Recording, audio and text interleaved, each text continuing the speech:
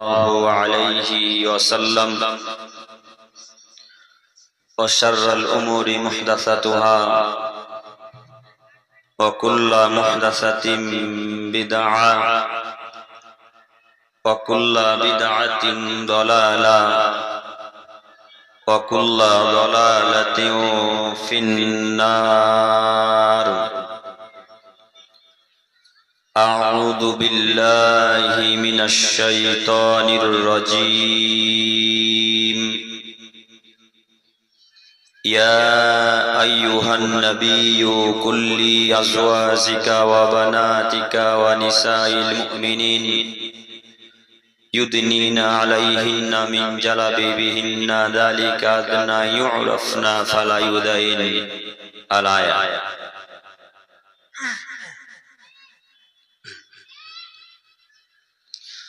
عن أبي مسعود رضي الله تعالى عنه قال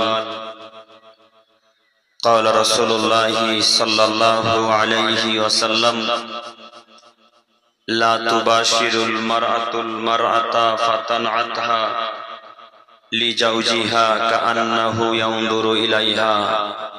رواه البخاري ومسلم.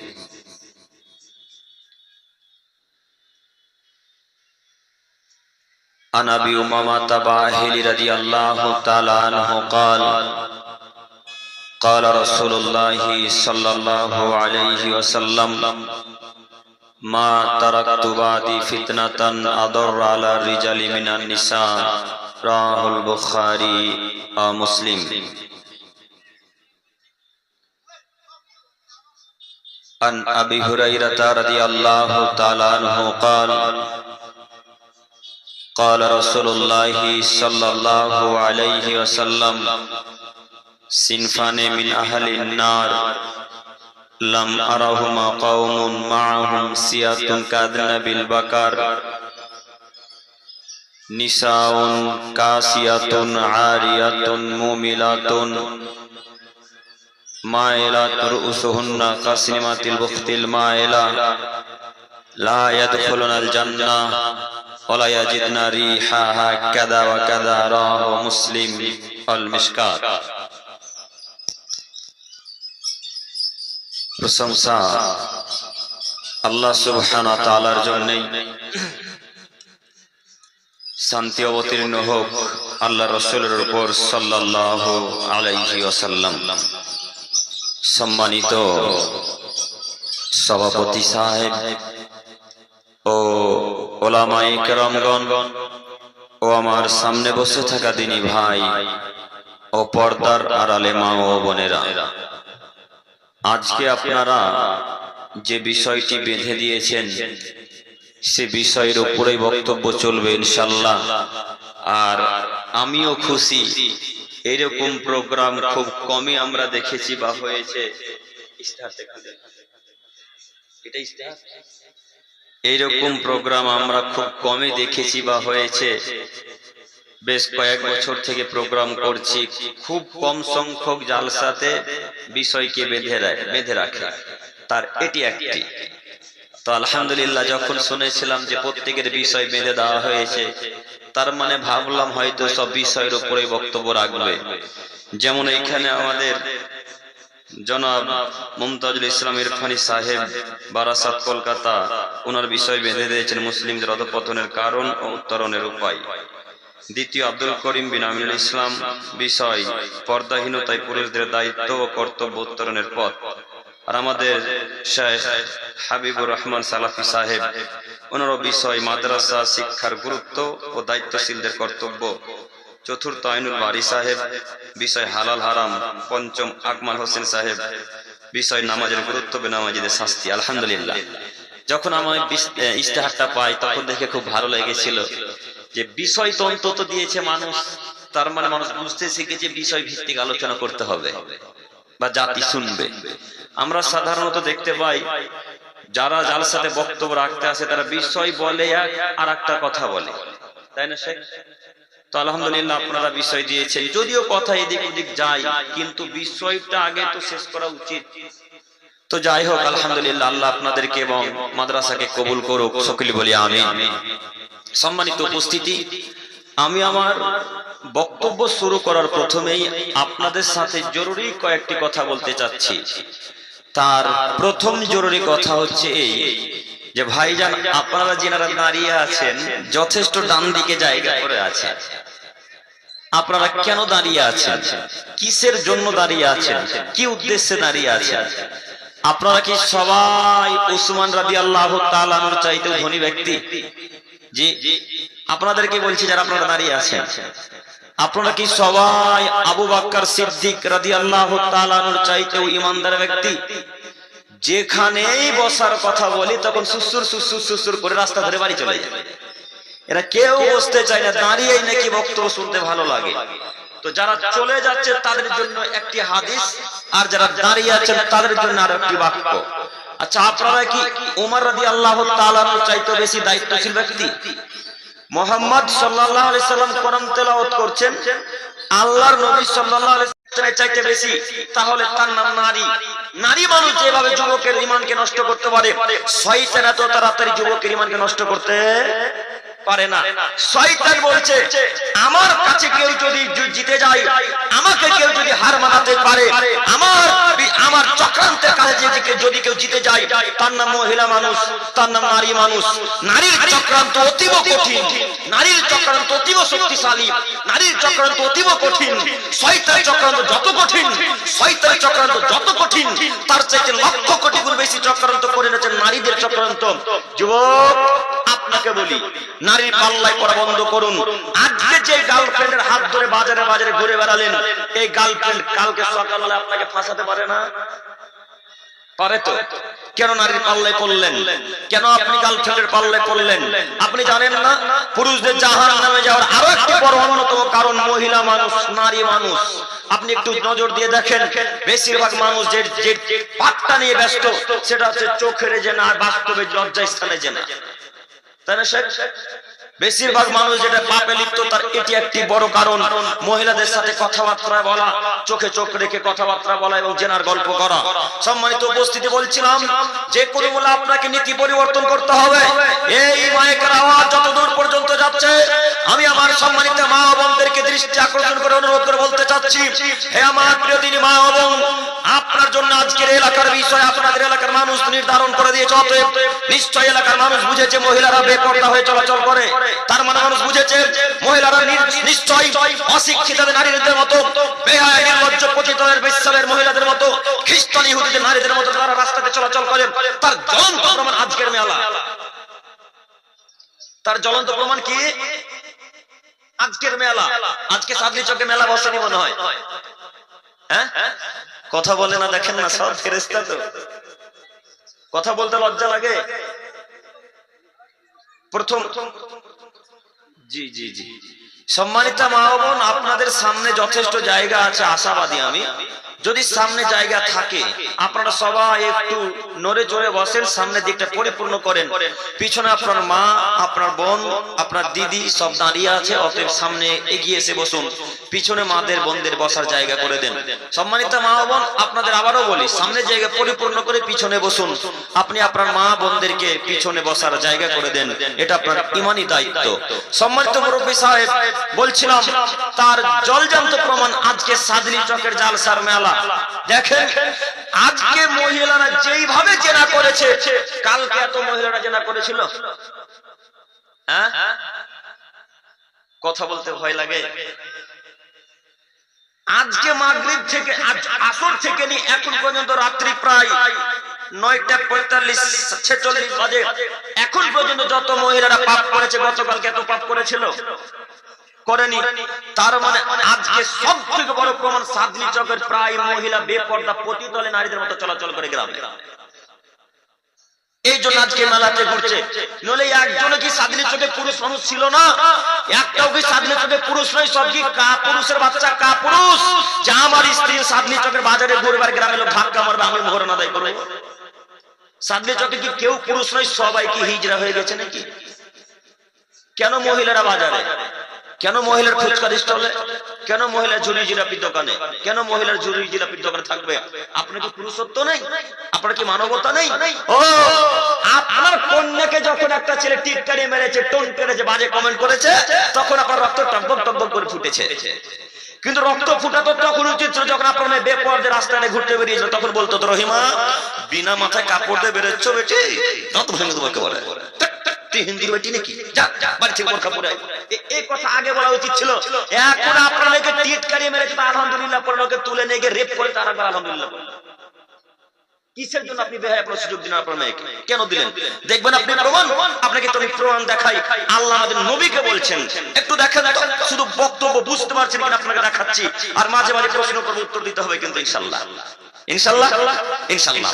আপনারা একটু আমার দিকে চেয়ে থাকেন। মহান আল্লাহ তাআলা বলেন, ইয়া আইয়ুহান নবী, হে মহামান্য নবী, হে সম্মানিত নবী, হে মহানবী। একথা আল্লাহ নবীকে সম্বোধন করে ডাকছে, তাকে সম্মান দিয়ে ডাকছে।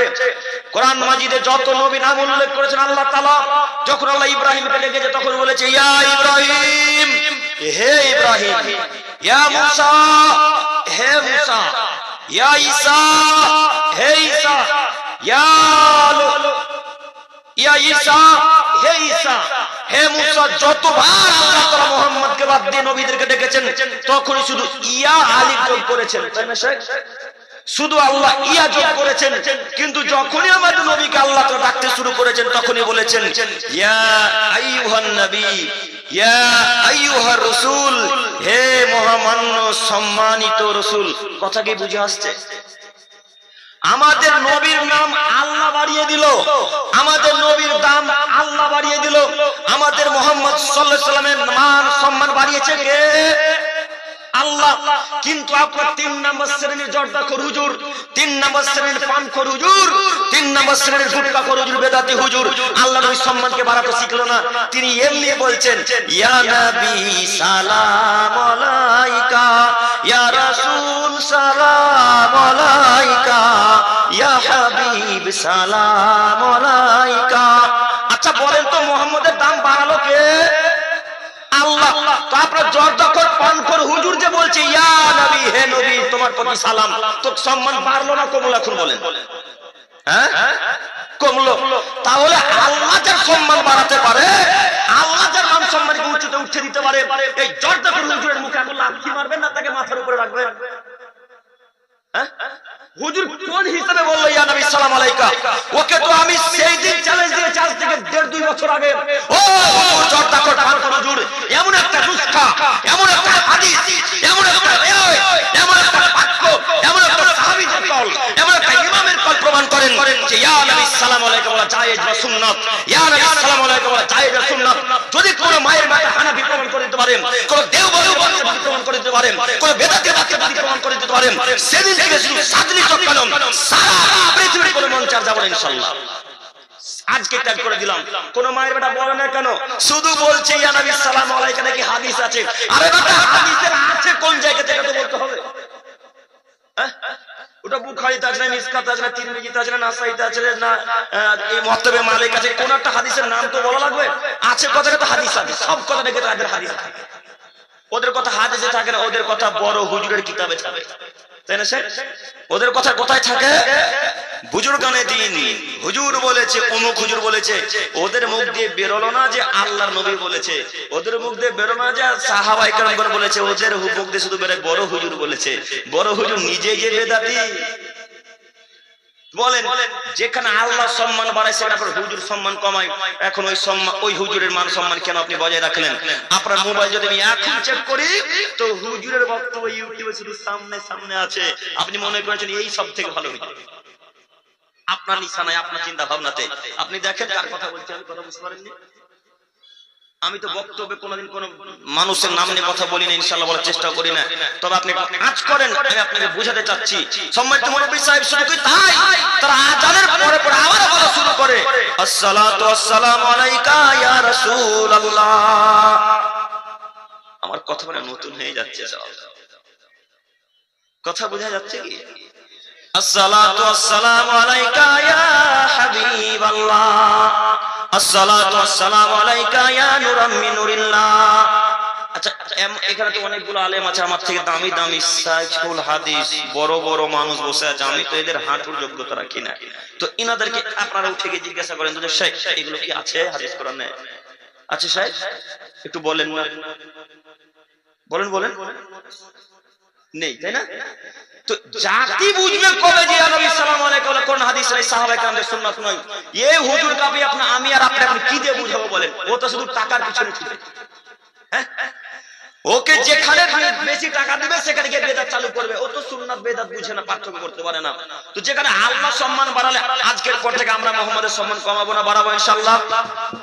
আর যত লোক আজকে আমরা সাদিলে চোখে ছিলাম বা আছি, কেউ এইভাবে বাইরে গিয়ে কেরালা চেন্নাই গিয়ে যখন ফজরের সালাতের পর ইয়া নবী সাল্লাল্লাহু আলাইহি ওয়া সাল্লাম শুরু হয়ে যায়, আমরা দাঁড়িয়ে ওই বাক্য বলবো না ইনশাআল্লাহ। কেরালার এখানে যে প্রবাসী ভাইরা নাই আছেন, তো কেরালায় নামাজ পড়তে যান, নামাজ পড়তে গেলে দেখতে পাবেন বেদাতি মসজিদে যখন ঢুকে যাবেন মাগরিবের পর, ফজরের পর, ইশার পর এগুলো চালু হয়ে যায়, হয় না? তো আমি এদের উদ্দেশ্যে বলতে চাচ্ছি আজকের পর থেকে তারা করুক, আমরা করব না ইনশাআল্লাহ। ইনশাআল্লাহ আমরা করব না।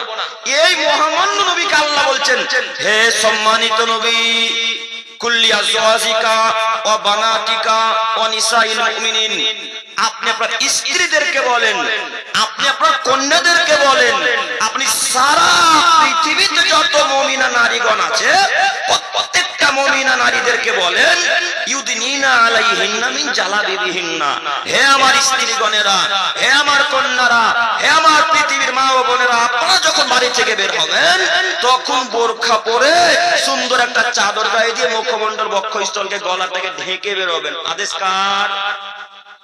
আল্লাহর আদেশ। আমাদের নবীকে উপদেশ দিচ্ছেন আল্লাহ, যে মুহাম্মদ সাল্লাল্লাহু আলাইহি সাল্লাম আপনি একটু আপনার স্ত্রীদেরকে বলে দেন যে তারা যেন বাড়ি থেকে বের হওয়ার সময় এইভাবে বের হয়। যদি তারা পর্দা বোরখা চাদর গায়ে দিয়ে বের হয়, ঢিলাঢালা পোশাক পরে বের হয়, তো কি হবে? যালিকা আদনা ইউরাফনা ফালা ইউদাইন, তাহলে তাদেরকে চেনা সহজ হবে এবং শয়তান লুচ্চা পাঙ্গা ছেলেগুলা তাদেরকে কেউ টিটকারি মারতে পারবে না। কিন্তু আল্লাহ বলছেন, এবার আপনাকে ওই বাক্যে মিলার জন্য এই আয়াতটা পেশ করলাম। আল্লাহ নবীকে বললেন, নবী তোমার স্ত্রী মহিলারা যদি রাস্তাতে বের হয় বোরখা পরে, তাহলে শয়তান বাজে কমেন্ট করতে পারবে না। লুচ্চালা পাঙ্গা চায়ের দোকানে, বোর্ডের দোকানে যে ছেলেগুলো আড্ডা মারে রাস্তাঘাটে, এরা কেউ টিটকারি মারতে পারবে না। তো আপনার মেয়ে আজকে খুব সুন্দর একটা পোশাক পরেছে, আতর সেন্ট মেখে বেরিয়েছে, আইলানা মাস্কারা দিয়ে বেরিয়েছে, ওর প্রতি এখন ভালো শ্রদ্ধা জাগবে না? আজে বাজে কমেন্ট করবে ছেলেরা, আজে বাজে কমেন্ট করাটাই স্বাভাবিক। তো আপনি তো কমেন্ট করার সুযোগ করে দিলেন। বাপকে বলছি, যারা বাপ এখন এখানে আছেন, বাপের সমতুল্য যারা বাপের যোগ্যতা রাখেন তাদেরকে বলছি, হে আমার সম্মানিত আব্বুগণেরা, আপনাকে বলি, আপনি তো মেয়েকে জেনার পথে নেওয়ার সুযোগ করে দিলেন। আপনি তো আপনার মেয়েকে ছেড়ে দিলেন যে যা বেটি এখন বাজারে যা, তোকে সাবলি চকের ছেলেরা টিটকারি মারুক, বলবে হ্যাঁ আব্দুর রহমানের বেটিটা কত সুন্দর রে, আব্দুর রহমানের বেটিটা ঠোঁটে লিপস্টিক দিয়েছে, আব্দুল করিমের মেয়েটা আইলানা মাস্কারা দিয়েছে। এই কারণে আপনি বিনা বোরখাতে আপনার মেয়েকে বাড়ি থেকে বের করে দিলেন। তো একে যদি বাপ বলেন আসল, তাহলে হিজরা কাপুরুষ বাপ কে গো? হ্যাঁ, ওই মহিলার বাপকে যদি আসলে প্রকৃত বাপ বলেন, তাহলে কাপুরুষ কে? সাদলি চোখে এটাকে বুঝতে পারলাম না মালদাতে কে কাপুরুষ, তাহলে কে কাপুরুষ? যার কন্যারা এখন বিনা বোরখাতে জালসাতে এসেছে, যার পুত্রবধূ আজকে জালসাতে বিনা বোরখাতে এসেছে, যত মহিলারা বিনা বোরখা জালসাতে ঘোরাঘুরি করছে, যত মহিলারা আজকে মেলাতে ঘোরাঘুরি করছে, এদের কারো বাপ পুরুষ নয়, এদের কারো বাপ পুরুষ নয়, এদের কারো বাপ পুরুষ নয়, এরা সব কাপুরুষ, এরা সব কাপুরুষ, এরা সব কাপুরুষ, বাচ্চা কাপুরুষ। দেখি সাদলি চোখের মায়ের মানে কত ক্ষমতা যে বলতে পারেন আমার এই বাজারে ঘুরতে আমি পুরুষ। যদি কেউ বলে দিতে পারে, ও যদি হাদিস কোরআনের সাদলি চোখের গোরস্থানে ফুটে না দিতে পারে, হাদিস কোরআন দিয়ে জাতির সামনে আর সাদলি চোখের কথা বলবো না ইনশাআল্লাহ।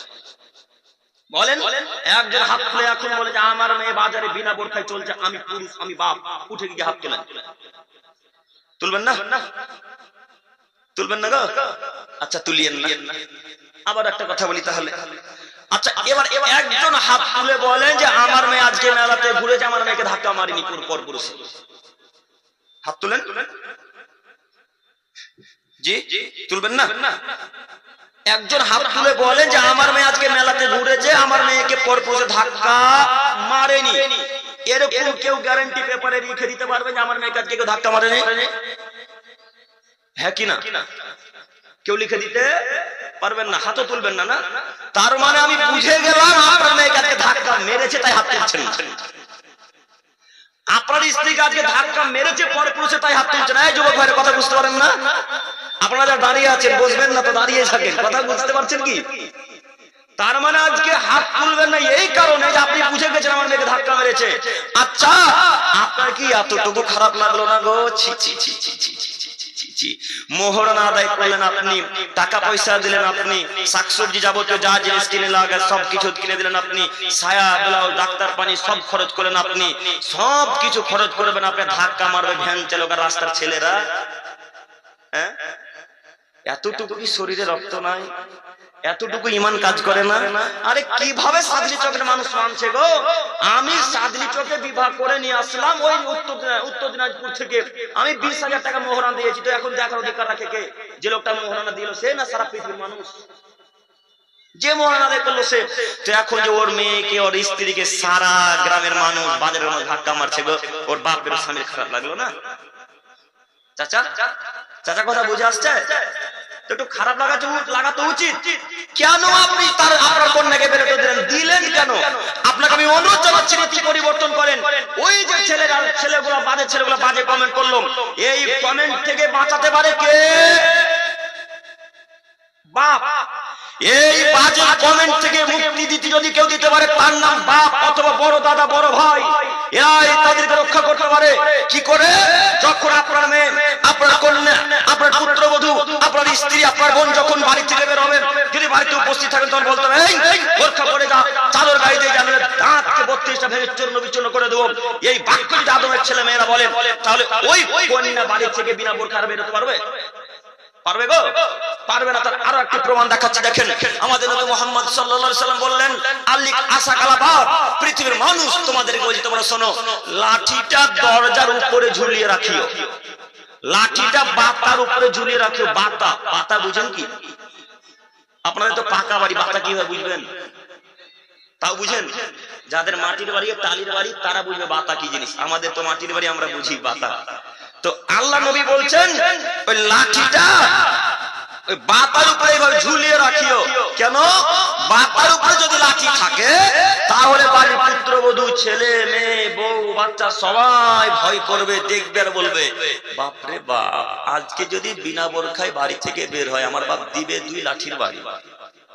এই কথা মা, মেয়ে, ছেলে সবাই বলতো। লাঠি দেখে ভয় করবে, লাঠি দেখে সব কাবু হয়ে যাবে। এ কথা রাসূলের আদেশ। তা আপনি তো হাদিস কোরআন বুঝেন না, আপনি তো খ্রিস্টানদের নীতিতে চলেন, ইহুদিদের নীতিতে বসেন, ইহুদের নীতিতে চুল কাটেন, ইহুদিদের নীতিতে চলাফেরা করেন। আপনার চলাফেরা, খাওয়া দাওয়া, উঠা বসা সব ইহুদি খ্রিস্টানদের নীতিতে। আপনি রাসূলের হাদিস কিভাবে বুঝবেন? সম্মানিত মুরব্বী সাহেব, আপনাকে আমি অনুরোধ জানাচ্ছি। তাই তো মুহাম্মদ সাল্লাল্লাহু আলাইহি ওয়াসাল্লাম বললেন, আরে সাদলি চকের কাপুরুষ তোরা বিবাহ করিস না। আরে চন্দ্রপুরের কাপুরুষেরা তোরা বিবাহ করিস না। আরে ভারতবর্ষের কাপুরুষরা সারা পৃথিবীর কাপুরুষরা তোরা বিবাহ করিস না। তোরা বিবাহ করিস না, তোরা বিবাহ করিস না। তোরা রোজা রেখে রেখে রেখে, সিয়াম রেখে রেখে রেখে রেখে যৌন ক্ষমতাকে নষ্ট করে দিস। তোরা বিবাহ করিস না কেন? তোদের বিবাহ করার ক্ষমতা হয়নি। কেন তোরা বিবাহ করলি? তোদের বিবাহ করার ক্ষমতা, তোরা বিবাহ করিস না। এটা আদেশ কার? রাসূল সাল্লাল্লাহু আলাইহি সাল্লামের। তিনি বলছেন যখন সাদলি চকের মানুষের ক্ষমতা হবে সেদিন বিবাহ করবেন। তো সাদলি চকের কোন মানুষের এখন ক্ষমতা হয়নি, বিবাহ করলেন কেন? একজন হাত তুলে বলেন তো যে আমার মেয়ে আজকে জঙ্গিপুর থেকে এখানে জেনা করতে নিয়ে এসেছি। আমার মেয়ে আজকে এসেছে এখানে জেনা করতে।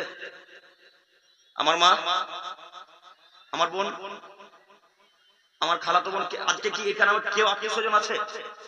কেউ এখানে আমার পরিবারের আত্মীয় স্বজন জেনা করতে আসেনি। আপনাদের পরিবারের আছে, আপনি বিবাহ করলেন কেন? কেন বিবাহ করলেন? আপনাকে বিবাহ করতে আল্লাহ নবী নিষেধ করলেন, নাকচ করলেন। ক্ষমতা হলে বিবাহ করতে পারবে, এটা রাসূলের আদেশ। রোজা রেখে রেখে যৌন ক্ষমতা নষ্ট করতে হবে। ও আব্দুল কারি সাহেব, কেমন যে কথা বললেন। কে বলেছে আমাদের ক্ষমতা হয়নি? আমরা কেরালাতে কাজ করি, মাসে 30,000 টাকা ইনকাম করি। ক্ষমতা হয়নি মানে? ক্ষমতা তো ঠিকই আছে, স্ত্রী বউ বাচ্চা সবকে আমি বুঝতে পারি। এটাই কি ক্ষমতা আসলে? আব্দুল করিম সাহেব কেমন কথা বলছেন? আমার এই সিজদারিতে আর এই টাকনুতে আমার একবারে ভরপুর যৌন ক্ষমতা আছে। কে বলেছে আমার যৌন ক্ষমতা নেই? তো আসলে আপনারা কি বুঝলেন, মাসে 30,000 টাকা ইনকাম করা আর যৌন ক্ষমতা পিঠে দাঁড়িতে আর এই আপনাদের থাকার নামে আসল ক্ষমতা? জি, এটা তো ক্ষমতা নয়। এই ক্ষমতা তো হিন্দু ভাইদেরও আছে। তো হিন্দু ভাইরা নিজের স্ত্রীকে কন্ট্রোল করতে পারে? এই ক্ষমতা তো ইহুদি ভাইদেরও আছে। তো ইহুদিরা নিজের স্ত্রীকে কন্ট্রোল করতে পারে? পারে না। এই ক্ষমতা নয়, যোগ যে দিয়ে করবে, বউ বাচ্চা স্ত্রী ছেলে মেয়ে সে দিয়ে করবে, তার নাম ক্ষমতা। কথা মুহাম্মদ সাল্লাল্লাহু আলাইহি ওয়াসাল্লাম বলেছেন। এটা হলো ক্ষমতা। আপনাকে অনুরোধ জানাচ্ছি নীতি পরিবর্তন করেন। সম্মানিত মুরব্বী সাহেব, সম্মানিত উপস্থিতি, আর একটি কথা মনে রাখবেন, বুখারী ও মুসলিমের হাদিসের একটা আমি ছোট্ট বিবরণ পেশ করে দেখাই। আবু হুরায়রা রাদিয়াল্লাহু তাআলা আনহু বলেন, রাসূল সাল্লাল্লাহু আলাইহি ওয়াসাল্লাম বলেছেন, যদি কোনো মানুষ ভালো কাজকর্ম করে আর ওই ভালো কাজকর্ম যদি ওর দেখে আর 5টা মানুষ করে, তো ওই 5টা মানুষ যত নেকি পাবে, যে লোকটা কাজটা করেছে সে লোকটা ঠিক তত নেকি পাবে। বুখারী মুসলিম। তারপরে তিনি বলছেন, তাদের নেকিতে এতটুকু কম বেশি করা যাওয়া হবে না। আল্লাহ তাআলা তাদের দুইজনের নেকিতে এতটুকু কম বেশি করবে না। ওই 5টা মানুষ যত নেকি পাবে, যে লোকটা ভালো কাজ করেছিল প্রথমে, ওই লোকটাও তত নেকি পাবে।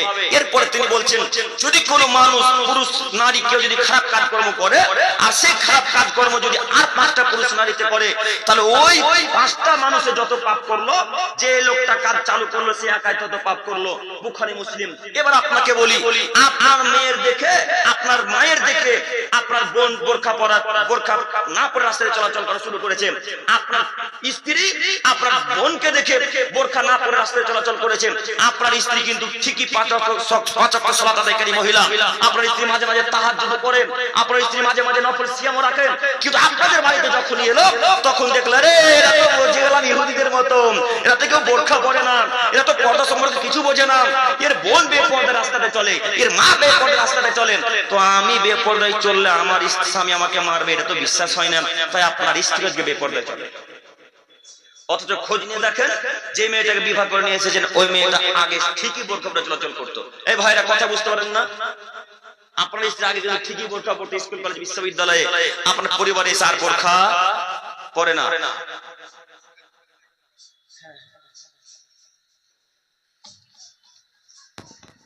আসসালামু আলাইকুম। আপনার জিনার জন্য অপেক্ষা করছিলেন মাওলানা মুনতাজুল ইসলাম, অনেকে বলছে আসলে ফাঁকি দেবে, আশা করি আমার এই মাদ্রাসাতে কেউ ফাঁকি দেয় না, দিব না। উনি এসে উপস্থিত হয়েছেন, মাওলানা শেষ হবে তবে উনি আসবেন, আপনারা ধৈর্য সহকারে যতক্ষণ শুনতে পারবেন উনি অতক্ষণ ওয়াজ করবেন। আসসালামু আলাইকুম।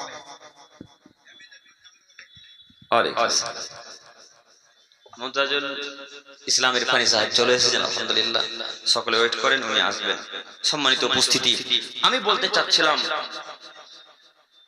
কোন জায়গায়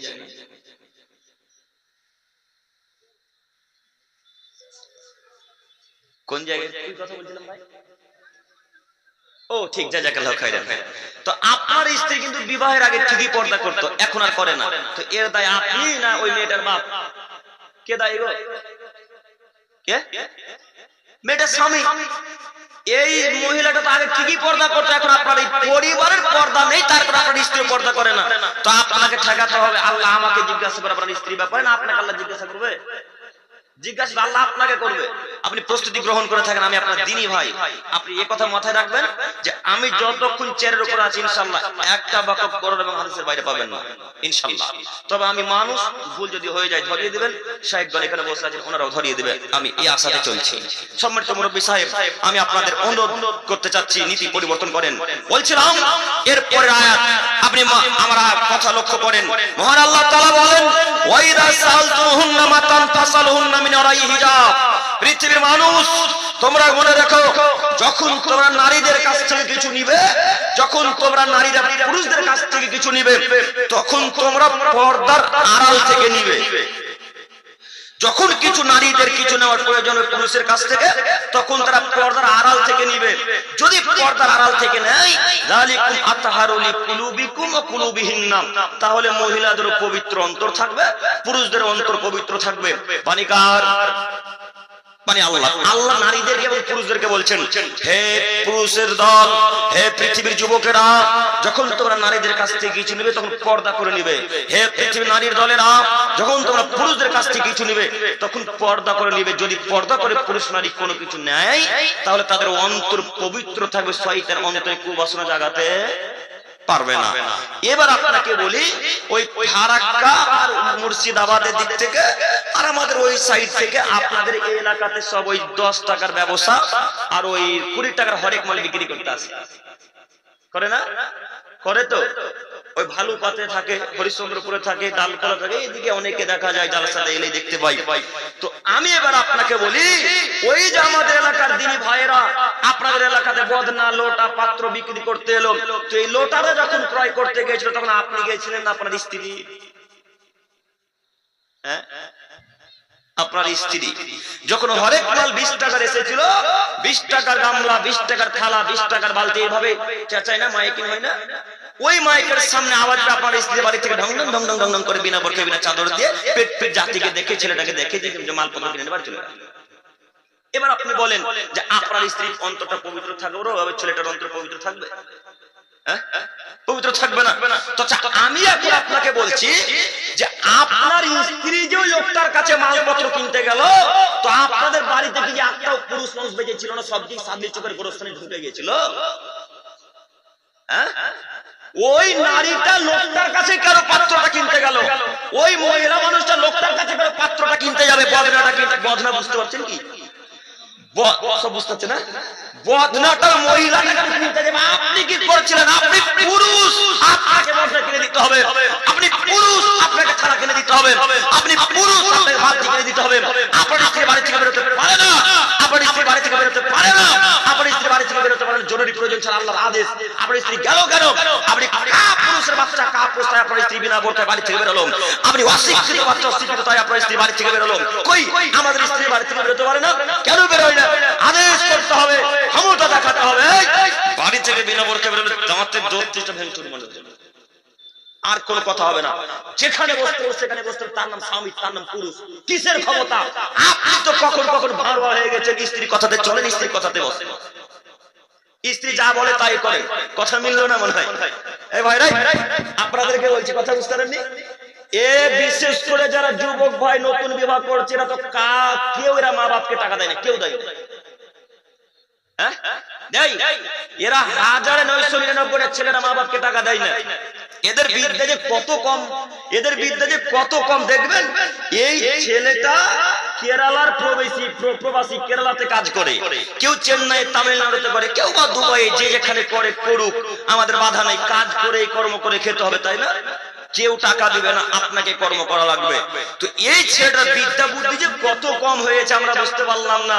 এই ছেলেটা কেরালাতে কাজ করছে, তো মাসের মাস টাকা ইনকাম করে আর সব টাকা স্ত্রীর অ্যাকাউন্টে ছাড়ে। মাসের মাস টাকা ইনকাম করে, সব টাকা স্ত্রীর অ্যাকাউন্টে ছাড়ে। মাসের মাস টাকা ইনকাম করে, সব টাকা স্ত্রীর অ্যাকাউন্টে ছাড়ে। ওই ছেলেটা করে, এই ছেলে তোমার মার অ্যাকাউন্ট নাই গো? হ্যাঁ, তোমার বাপের অ্যাকাউন্ট নাই, সব টাকা অ্যাকাউন্টে স্ত্রী দিচ্ছ কেন?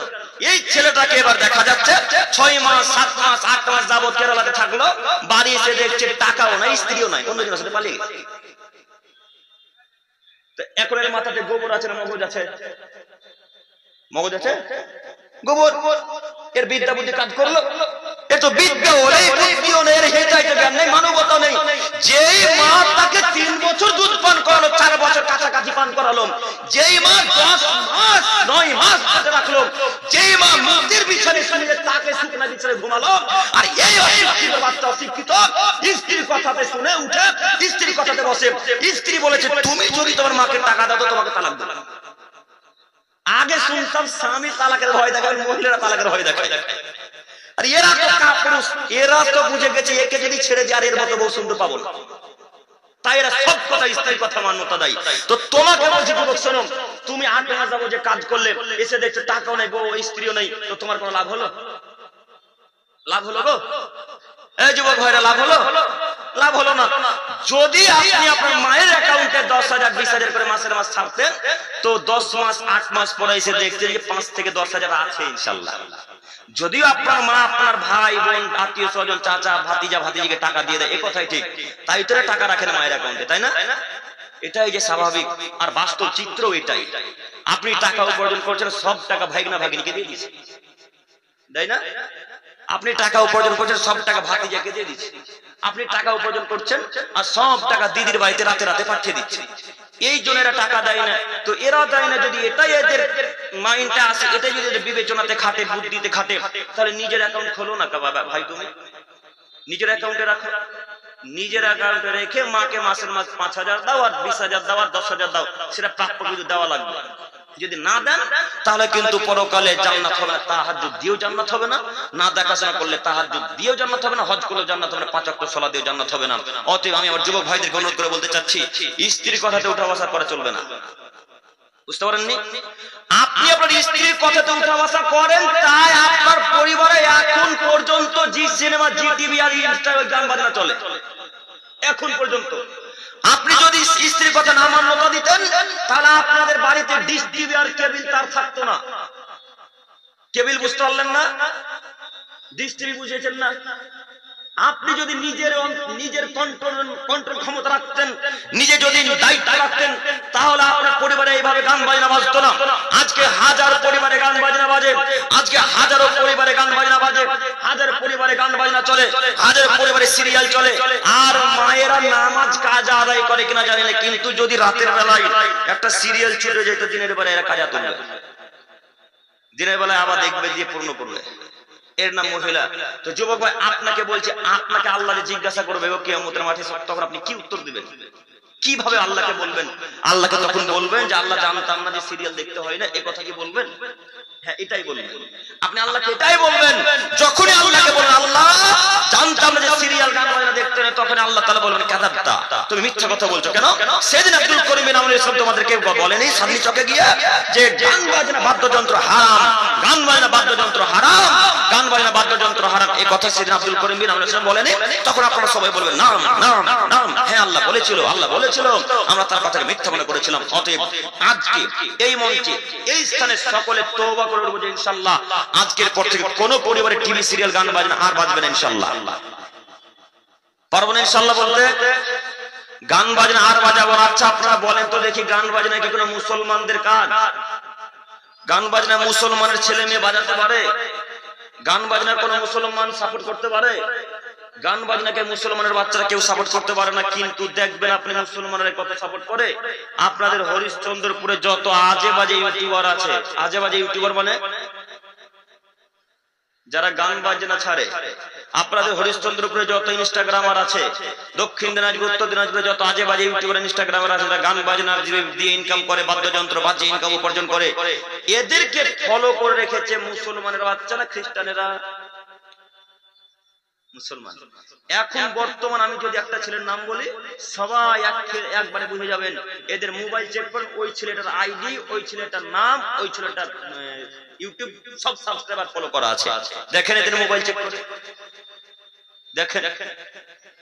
আর ওই নদিয়া জেলার ছেলেটার তো আছেই, হ্যাঁ, নদিয়া জেলার ছেলেটার তো ফেসবুক আর টেলিগ্রাম, টিভিআর ইত্যাদি ইত্যাদি তো সাপোর্ট করে আছে। এদের সব এরা সাপোর্ট করে। তো এদেরকে কিভাবে জাতিকে আমরা বুঝাবো? কিভাবে বুঝাবো বলে? কিভাবে বুঝাবো? আচ্ছা আপনাদের কি এতটুকু ব্রেনে কাজ করে না যে আপনাদের একটাও চ্যানেল ইহুদি খ্রিস্টানদের পরিবারে চলে না গো? চলে? আচ্ছা আপনারা আমার দিকে দেখেন, ওইদিকে কথা বলতে দেন, আপনারা আমার দিকে দেখেন সবাই। আপনারা একজন কেউ হাত তুলে বলেন যে আমাদের মুসলিমদের কোন একটা চ্যানেল বা জালসা বা কেরাত বা গজল বা ইত্যাদি ইত্যাদি কোন ইহুদি খ্রিস্টান হিন্দুদের পরিবারে চলে? একজন হাত তুলে। চলে? আপনাদের এমন একটা ভিডিও ইহুদিরা দেখে, এগুলো প্রমাণ করতে পারবেন? আপনাদের এমন একটা ভিডিও চ্যানেল আপনাদের খ্রিস্টানরা সাবস্ক্রাইব করে রেখেছে বা ফলো করে রেখেছে, প্রমাণ করতে পারবেন? যদি পারেন তো হয়তো ফলো এই জন্য করেছে যেন আপনাকে জেলখানায় বন্দী করতে পারে, তার কারণে এই উদ্দেশ্যে তারা ফলো করে। এরকম কিছু হিন্দুরা আছে, খ্রিস্টানরা আছে, কিন্তু আপনাকে তারা মানুষই মনে করে না যে আপনার ভিডিও তারা দেখবে, আপনার চ্যানেল তারা সাবস্ক্রাইব করবে, আপনার ফেসবুক পেজ তারা ফলো করবে, এরকম তারা আপনাকে মানুষই মনে করেন। আপনি কেন জানেন? ওরা আপনাকে পায়ে পায়ে রাখতে চাই, ওরা আপনাকে পায়ে পায়ে রাখতে চাই। আপনি অশিক্ষিত বাচ্চা, অশিক্ষিত আপনি বেহায়া ছেলে বেহায়া।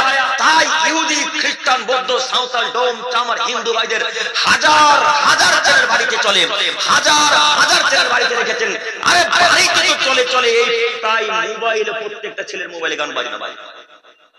দেখেন তো ওরা আপনাকে মানুষ মনে করে না, তাই আপনার ভিডিও দেখে না, তো আপনি কেন তাকে মানুষ মনে করে তাদের ভিডিও দেখছেন? কেন দেখছেন? শেখ আমি কথা বুঝতে পারলাম, আপনার কথা বুঝতে পারছেন? তাদের চ্যানেল আপনার পরিবারে চলে তো চলে না? চলছে। তো আপনার চ্যানেল যে তাদের পরিবারে চলে না, আপনি বুঝতে পারেন না এখান থেকে আপনাকে তারা ঘৃণা করে? আপনি কেন তাকে সাপোর্ট করলেন? আপনি কেন তাকে মান্যতা দিলেন? এই যুবক ভাইরা, যত মোবাইলে গান বাজনা আছে সব গান বাজনা এখানে ডিলিট করে দেবো ইনশাআল্লাহ। পারবো না? পারবেন না? খুব কঠিন, গান বাজনা ছাড়া খুব কঠিন। এমন ভাবে শয়তান অন্তরটাকে গ্রাস করে ফেলেছে, এমন ভাবে বাসা বেঁধেছে, মানে শয়তান বলছে আব্দুল করিম তুই যতই বলবি বলে এদের ঈমান নড়বে না, এরা এইভাবে অটল থাকবে। তাই তো এই ছেলেগুলা একটা কলার টিউন সেভ করবে তবুও গান দিয়ে, তবুও কলার টিউন, বুঝতে পারলেন কি? কলার টিউন সেভ করে তবুও গান দিয়ে। আচ্ছা এটা আমার ফোন, আমি এখানে ফোন করব এই আমার দিনী ভাইটাকে, এই ভাইয়ের মোবাইলে গান বাজনা বাজা সেভ করা আছে, কলার টিউন সেভ করা আছে। তো এখন আমি বা সাহেব যদি ফোন করে তো ফোনের গান বাজনাটা শুনতে পাবো আমি বা সাহেব ওই ছেলেটা? যে যে ফোন করবে সে শুনতে পাবে। তো যে ফোন করবে সে শুনে একটু শান্তি তৃপ্তি মজা পেলে, যে যাই হোক একটা গান শুনলাম, কিছু তো পেলাম। তো যে লোকটা ফোন করলো বা আমি করলাম, আমি একটু শুনে শান্তি তৃপ্তি পেলাম বা শেখ শুনে শান্তি তৃপ্তি পেল, তো এই ছেলেটার কোনো লাভ হলো? তো এই ছেলেটা কেন গান সেভ করে রেখেছে? ও গ্রামের মানুষ, সাদলি চকের মানুষ বুঝতে পারেননি ওই ছেলেটার কথা। আমি একাই জাহান্নামে যাব, আমি তো একাই জাহান্নামে যাব না, যত লোক আমাকে ফোন করবে সবাইকে পাপী করে একসাথে দলবদ্ধ হয়ে জাহান্নামে থাকবো। এদিকে তার বিদ্যা কিন্তু ঠিকই কাজ করে, এদিকে তার বুদ্ধি ঠিকই কাজ করে। তাই তো প্রায় মোবাইলে গান বাজনা বাজে, প্রায় পরিবারে গান বাজনা বাজে, প্রায় মোবাইলে গান বাজনা বাজে। যুবক ভাই, আমি আপনার ভাই হিসেবে, বন্ধু হিসেবে আপনাকে আমি অনুরোধ জানাচ্ছি, করজোড়ে অনুরোধ জানাচ্ছি যে আপনি আজকে এই মঞ্চে ওয়াদাবদ্ধ করে তওবা করে উঠবেন যে আল্লাহ আজকের পর থেকে গান বাজনার মুখে লাথি মারলাম, আল্লাহ আজকের পর থেকে গান বাজনার মুখে লাথি মারলাম, আল্লাহ আজকের পর থেকে গান বাজনার মুখে লাথি মারলাম। এইভাবে ওয়াদাবদ্ধ করে ওয়াদা করে উঠতে পারবো আজকে ইনশাআল্লাহ? সবাই বলি ইনশাআল্লাহ। ইনশাআল্লাহ আল্লাহ তুমি আমার দিনী ভাইদেরকে কবুল করো, সকলে বলি আমিন। সম্মানিত মুরব্বি সাহেব, সম্মানিত উপস্থিতি, বলছিলাম ওই কথা বলতে গিয়ে এতদূর চলে এলাম। যদি কোন নারী পুরুষের কাছ থেকে কিছু ক্রয় করে বা বিক্রয় করে তাহলে পর্দার আড়াল থেকে করবে, এই কথাটা মাথায় থাকবে না?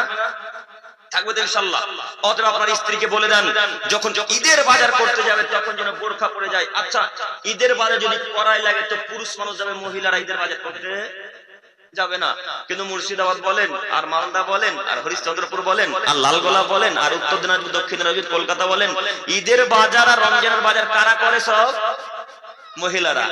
ওই একটা মাস দেড়খানা মাস একবারে রাস্তাতে পা দেওয়া যায় না, এত তারা বাজারে থাকে। তো আপনাকে বলি আপনি পুরুষ, বাজার করার দায়িত্ব আপনার, আপনি পুরুষ, আপনি সমস্ত দায়িত্ব নিয়ে বিবাহ করে তার বাপের কাছ থেকে নিয়ে এসেছেন, আপনি সেদিন ওয়াদা করেছেন যে যাবতীয় দায়িত্ব আমি তার নিলাম, গ্রহণ করে নিলাম, তো আজকে সে বাজারে গেল। অতএব আমি আপনাকে অনুরোধ জানাচ্ছি নীতি পরিবর্তন করেন। এরপর আয়াত মহান আল্লাহ তাআলা বলেন ওয়ামিন আয়াতিহি আন খালাকালাকুম মিন আনফুসিকুম আজওয়াজা, পৃথিবীর মানুষ তোমরা মনে রাখো এই সারা পৃথিবীতে আমার অনেক নিদর্শনাবলী আছে, এই গোটা পৃথিবীতে আমার অনেক নিদর্শনাবলী আছে। সেই নিদর্শনাবলীর মধ্যে আমি আল্লাহ তাআলা তোমার মধ্য থেকে সৃষ্টি করলাম তোমার স্ত্রীকে, লিতাসকুনু ইলাইহা, যেন তুমি তোমার স্ত্রীর কাছে শান্তি তৃপ্তি মজা পাও। এই কারণে বলেন তো বাণী কার? বাণী আল্লাহর। আল্লাহ বলছেন এই যুবকের দল, আমি তোমার মধ্য থেকে সৃষ্টি করলাম তোমার স্ত্রীকে একটাই কারণ, তোমাকে শান্তি দিবে, তোমাকে তৃপ্তি দিবে, তোমার সেবা যত্ন করবে, তোমাকে রান্না বান্না করে দিবে, তোমার জামা পোশাক কেচে দিবে, তোমার পা হাত টিপে দিবে, তোমার এক কথায় সেবা যত্ন করবে। শুধু তোমার জন্য আমি সৃষ্টি করলাম, যেহেতু তুমি মোহরানা আদায় করেছো, শুধু তোমার জন্য তৈরি করলাম, যেহেতু তুমি মোহরানা আদায় করেছো। আর বাদ বাকি পাড়া প্রতিবেশীর মানুষ, গ্রামের মানুষ, ভাই বোন, আত্মীয় স্বজন আর খালা ভাইয়ের, খালাতো ভাইয়ের, মামাতো ভাইয়ের দেখার অধিকার রাখে না। আপনার স্ত্রীকে সারা পৃথিবীর মানুষ দেখে। আল্লাহর কথার নীতিতে আপনি কি করলেন? আল্লাহর কথাকে মান্যতা দিলেন না কেন? কখন আল্লাহর কথাকে মান্যতা দিবেন? আপনাকে অনুরোধ জানাচ্ছি, বাড়িতে গ্রামে যখন ওই সবজিওয়ালা সবজি বিক্রি করতে আসে, তখন কে সবজি ক্রয় করে? আপনি? আমার তো বিশ্বাস হলো না যে আপনি জানেন। সাদলি চকে যখন সবজিওয়ালা বিক্রি করতে আসে, সবজি আলু, পটল, ঝিঙে, করলা এগুলো যখন বিক্রি করতে আসে, তখন কে কিনে? মায়েরা কিনে না? বেশিরভাগ। তো ভয় করছেন নাকি গো? বলতে ভয় লাগছে? চেয়ারে যে আমি আছি গো, সাদলি চকের হরিশ্চন্দ্র মানুষ, কাটিহারের মানুষ, বিহারের মানুষ যদি মারে তো কাকে মারবে? আমাকে। তো উত্তর দিতে আপনারা যে ভয় পাচ্ছেন মনে হচ্ছে। তো আপনার যে মার, আপনার স্ত্রী যে ওই ঝুড়ি যে আলু, পটল, ঝিঙে কিনতে গেল কথা ঠিক, তখন আপনার মায়ের পেটে কাপড় ছিল?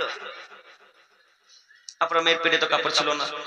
আপনার মায়ের পেট দেখা যাচ্ছিল, আপনার মার পিঠ দেখা যাচ্ছিল, আপনার মায়ের মাথায় কাপড় ছিল না। আপনার মা হাফ হাতা ব্লাউজ পরে কাপড় ওই সবজি কিনতে গেছে। আচ্ছা, আপনার মা যখন হাফ হাতা ব্লাউজ পরে কাপড় ওই সবজি কিনছিল, পটল আলু গুলো তুলছিল, তখন আপনার মা এখান থেকে এখানে ওই পুরুষ বা সবজি ওরাটা দেখতে পায়নি? দেখতে পেয়েছে? তো আপনার বাপের তো খারাপ লাগে, তো আপনার তো খারাপ লাগা উচিত যে আমার বাপ তো কাপুরুষ হয়ে গেছে, বুঝে না দিন ধর্ম কাকে বলে। আপনি তো যুবক মানুষ, পুরুষ বুঝেন পুরুষত্ব কাকে বলে, আপনি বুঝেন দায়িত্ব কাকে বলে। তো আপনার তো উচিত ছিল যে আম্মু, ছি ছি ছি ছি, আম্মু আপনি বাড়িতে থাকেন, আমি সবজি কিনে এনে দেবো, আম্মু আপনি বাড়িতে যান, আমি সবজি এনে দিচ্ছি। এই কথা বলার উচিত ছিল কার? পুরুষ মানুষের, ছেলেদের। তো মায়েরা সবজি বলার কাছে কেন? মায়েরা তো সবজি বলার কাছে গেলই ওই ভেন্ডির প্রত্যেকটা আগালকে ভেঙে ভেঙে নিল। ভেন্ডি না কি গো? রাম পটল, ভেন্ডি, ভেন্ডির আগালটা প্রত্যেকটা ভেঙে ভেঙে নিল। আচ্ছা, আমি সবজিওয়ালা, কিছুক্ষণের জন্য মনে করুন আমি সবজিওয়ালা, আমি সাদলি চকে সবজি বিক্রি করতে এসেছি। তো আমি হরিশ্চন্দ্রপুর হাট থেকে 10 কিলো ভেন্ডি বিক্রি করতে নিয়ে এসেছি। তো আমি যখন ওই লোকটার কাছে ভেন্ডিটা কিনি, তখন ভেন্ডির আগালটা ভাঙার পর আমার ওজন হয়েছিল না ভেন্ডির আগাল সহ ওজন হয়েছিল? আগাল সহ। তো আপনার মাঝে ভেন্ডির প্রত্যেকটা আগালকে ভেঙে ভেঙে ওজন করলো, ভেঙে ভেঙে নিল। তো ওই লোকটা আমি সবজিওয়ালা, আমার ওজন কমলো না বাড়লো? এখন হ্যাঁ কমলো। তো আপনার মাকে বলে দিন আব্দুল করিম কিয়ামতের মাঠে নেকি দিতে। আপনার মা অত্যাচারী মানুষ, আপনার মা অত্যাচারী মানুষ। আব্দুল করিম সাহেব কেমন কথা বলছেন? ভেন্ডি বুড়া না জালি দেখবে না? আরে বুড়া জালির কি আছে, সব নিয়ে নিতে হবে, তুমি ভেঙে নিতে পারবে না। এটা হলো শরীয়ত, এটাই ধর্ম। কিসের জন্য আপনি ভেন্ডির আগাল ভেঙে নিলেন? প্রত্যেকটা ভেন্ডির আগালকে ভেঙে ভেঙে নিলেন। আমার ওজন কমেছে, অতটা আপনাকে কিয়ামতের মাঠে নেকি দিতে হবে। কথা আপনি এই কথা মাথায় রাখেন, আপনি প্রস্তুতি গ্রহণ করে থাকেন। ও মুরব্বি সাহেব, এটা তো আপনার স্ত্রীর নীতি খারাপ। আপনার নীতি কত খারাপ দেখবেন। আপনি 250 গ্রাম লঙ্কা নিবেন, তো লঙ্কা ওজনে দাঁড়ি পাল্লাতে তারাজুতে হয়ে গেছে। তারপর আপনি বলছেন দুটা দে ভাই, দুটা দে ভাই, দুটা দে ভাই, দুটা দে দে করতে করতে হাতে 4-5টা থেকে গেল। ওই হাতের 4-5টা কিন্তু তাদের ঝাঁঝরিতে তাদের বাসনে রাখলেন না, ওই 4-5টা বাড়িতে চলে এলেন। আপনাকে আপনার বাপকে বলছি, কিয়ামতের মাঠে 4-5টা লঙ্কা নিয়ে কিয়ামতের মাঠে দিয়ে দিতে হবে সবজিওয়ালাকে। পারবেন দিতে? পারবেন দিতে? দিতে পারবেন না। তো যার কাছ থেকে কালকে সবজিওয়ালার কাছ থেকে ভেন্ডি চুরি করেছেন বা আগাল ভেঙেছেন, এবং প্রত্যেকটা মানুষ যার যার কাছ থেকে বস্তু কম দিয়েছেন, বস্তু মেরে খেয়েছেন, ইত্যাদি ইত্যাদি যা যাবতীয় করেছেন, প্রত্যেকের কাছে কালকে ভিক্ষা চাইতে হবে। পারবেন? ভিক্ষা চাইতেও পারবেন না, এই পাপ ক্ষমাও হবে। ভিক্ষা চাইতেও পারবেন, এই পাপ ক্ষমা হবে না। যদি ভিক্ষা নিতে হয়, তখন কার কাছে ভিক্ষা চাওয়া লাগবে? যে লোকটা বিক্রি করতেছিল তার কাছে। এইটুকুর যদি হিসাব দিতে হয়, তাহলে ডিলারেরা কত বড় বিপদে। এই ভেন্ডির হিসাব যদি দিতে হয়, তাহলে এমপি এমএলএ কত বড় বিপদে। এই রাম পটলের হিসাব যদি দিতে হয়, তাহলে চেয়ারম্যানেরা কত বড় বিপদে। চেয়ারম্যানের কথা ছাড়েন, যে সব থেকে ছোট দায়িত্বে আছে ওই ডিলার সাহেব। মমতা খালা বলল পশ্চিমবঙ্গের কলকাতা নবান্নতে বসে বসে বলেছে, এই মুর্শিদাবাদের ডিলারেরা, এই মালদার ডিলার সাহেবেরা, প্রত্যেকটা সাদলি চকের মানুষের মাথা পিছু 3 কেজি করে গম দিতে হবে, 2 কিলো করে চাল দিতে হবে। এই লোকটা এখন বাড়িতে এসে সাদলি চকে এসে 2 কিলো করে গম আর 1 কিলো করে চাল দিয়েছে। এখন এই লোকটা হিসাব আর হবে না? হবে তো? কথা বলেন, হিসাব হবে তো? হিসাব হবে। ও ডিলার সাহেব, এবার আপনাকে বলি, আপনি একটু নীতি পরিবর্তন করেন। আপনি একটু নীতি পরিবর্তন করেন। প্রত্যেকটা লোকের, যত লোকের চাল মেরে খেয়েছেন, যত লোকের গম মেরে খেয়েছেন, যত লোকের চিনি মেরে খেয়েছেন, প্রত্যেকটা লোককে ডালের নেকি, চিনির নেকি, তেলের নেকি সব কিয়ামতের মাঠে বুঝিয়ে দেওয়া লাগবে। যদি বুঝিয়ে না দিতে পারেন তাহলে আজকে ভিক্ষা চাইতে হবে। এই লোকটা ভিক্ষাও চাইতে পারবে না, ক্ষমা হবে না। কার কাছে ভিক্ষা চাইবে এখন? তো এই লোকটা করেছে কি, হজ মৌসুমে কিন্তু মক্কাতে হজ করতে চলে গেছে। কোথায় হজ করতে গেছে? মক্কাতে। মক্কাতে হজ করতে গিয়ে কাবার গিলাফকে ধরে মাথা ঠুকে ঠুকে ঠুকে ঠুকে ঠুকে ঠুকে রক্ত বের করে দিয়ে এক পর্যায়ে বলছে, আল্লাহ, আমি সাদলি চকের মানুষের ডিলার ছিলাম, আমি তাদের চাল মেরে খেয়েছি, গম মেরে খেয়েছি, তেল মেরে খেয়েছি। আল্লাহ তুমি আমাকে ক্ষমা করো। আল্লাহ তুমি তো দয়াশীল, আল্লাহ তুমি তো ক্ষমাশীল, তুমি আমাকে ক্ষমা করো মালিক। তুমি তো দয়ার দয়া, তুমি দয়াশীলের দয়াশীল, তুমি আমাকে ক্ষমা করো। এই বাক্য ডিলার সাহেব বলছে, রক্ত মাথা দিয়ে বের করে দিয়েছে, চোখ দিয়ে পানি অনবরত top top top top top top top করে ঝরতে আছে, পড়তে আছে। এক পর্যায়ে আল্লাহ তাআলা ডাক দিয়ে বলবেন, ও ডিলার সাহেব, গম যে আমার নয় গো, গম যে সাদলি চকের মানুষের। কথা বুঝেননি? চাল যে আমার নয় গো, চাল যে হরিশ্চন্দ্রপুর থানার মানুষের। যদি ভিক্ষা চাওয়া লাগে তো সাদলি চকে যাও, মুর্শিদাবাদ বাংলার পশ্চিমবঙ্গে ফিরে গিয়ে মালদা জেলার হরিশ্চন্দ্রপুর থানার সাদলি চক গ্রামে গিয়ে বলো, সাদলি চকের মানুষ আপনাদের গম আমি 500 করে মেরে খেয়েছি, 1 কিলো করে মেরে খেয়েছি, 500 গ্রাম করে মেরে খেয়েছি, আপনারা ক্ষমা করেন। যদি গ্রামের মানুষ ক্ষমা করে তো জান্নাত হলো, যদি ক্ষমা না করে জান্নাত আর হবে না। দেখেন যত ডিলার আছে, এমএলএ এমপি মেম্বার যারা আছে, এদের প্রত্যেক অনুরোধ করে বলে যাচ্ছে, নীতি পরিবর্তন করেন, নাহলে কিয়ামত খুব ভয়াবহ, কিয়ামতের মাঠ খুব ভয়াবহ। আব্দুল করিম সাহেব কথা যে এইভাবে বলছেন, প্রমাণ আছে কি? জি, আমরা আহলে হাদিস মানুষ, প্রমাণ ছাড়া কথা বলি না। আপনারা আশা করি আহলে হাদিস, তাছাড়া আমরা সালাফি আকীদার মানুষ, আহলে হাদিস মানুষ, আমরা প্রমাণ ছাড়া কথাও বলি না, প্রমাণ ছাড়া কথা বিশ্বাস করি না, মানিও না। বেদাতীদের মতো সব কথা তো আমরা মানি না যে সব কথা কিতাবে আছে, তাই না? আপনার হুজুর বলছে হজ 2 জায়গায় হয়, হজ এক জায়গায় হয় মক্কায়, আর এক জায়গায় ফুরফুরাতে। তো আপনি কথাকে মানবেন? ওই বেদাতি হুজুরের মঞ্চে হাজার হাজার লোকের সবাই বলছে সুবহানাল্লাহ, সবাই সুবহানাল্লাহ স্লোগান দিল। তো এবার আপনি বলেন, হুজুরের মাথাতে তো বিদ্যা নাই, এই জনগণের মাথাতে বিদ্যা আছে? জনগণ মূর্খ, এরাও মূর্খ, বুঝেননি? তাহলে হজ 2 জায়গায় আসলে হয় গো। হজ কয় জায়গায় হয়? এক জায়গায় মক্কাতে, যেটা আল্লাহ আমাদের নবী বলেছে। তো আপনাকে হাদিস দেখাচ্ছি, দেখেন আমরা আহলে হাদিস মানুষ, প্রমাণ ছাড়া কথা বলি না। একটু আমার দিকে চেয়ে থাকেন, একটু আমার দিকে চেয়ে থাকেন, সম্মানিত মুরব্বি সাহেব, একটু আমার দিকে চেয়ে থাকেন। আবু হুরায়রা রাদিয়াল্লাহু তাআলা আনহু বলেন, রাসূল সাল্লাল্লাহু আলাইহি সাল্লামকে একটা গোলাম উপহার দেওয়া হয়েছিল, ইউকাল লাহু মিদআম। ওই লোকটার নাম ছিল মিদআম। যেই গোলামটা আমাদের নবীকে উপহার গিফট করা হয়েছিল, হাদিয়া দেওয়া হয়েছিল, ওই গোলামটার নাম কি? মিদআম। এই মিদআম লোকটা আমাদের রাসূলের উটের পিঠের উপর থেকে হাউদা নামাচ্ছিল। হাউদা একটু দেখেন তো, হাউদা বুঝলেন কিনা? এটা উটের পিঠের উপর একটা বসার জায়গা করা থাকে, দেখেছেন না? পাকিস্তান যখন আপনারা কাশ্মীর চলে যাবেন বা রাজস্থান চলে যাবেন, দুবাই চলে যাবেন, তখন দেখতে পাবেন না, উটের পিঠের উপর যেটা থাকে ওটাকে হাউদা বলা হয়। এই হাউদাটা আমাদের নবীর উটের পিঠে থেকে মিদআম লোকটা নামাচ্ছিল, রাসূলের গোলাম, একটা রাসূলের সাহাবী, গোলাম মানুষ, দাস মানুষ, এই লোকটা নামাচ্ছিলেন। তো নামাতে নামাতে হঠাৎ কোন দিক থেকে একটা তীর আসলো, তীর আসতেই মিদআমের গায়ে লাগলো, ফাকাতালাহু, মিদআম মৃত্যুবরণ করলেন। মিদআম সঙ্গে সঙ্গে মারা গেল।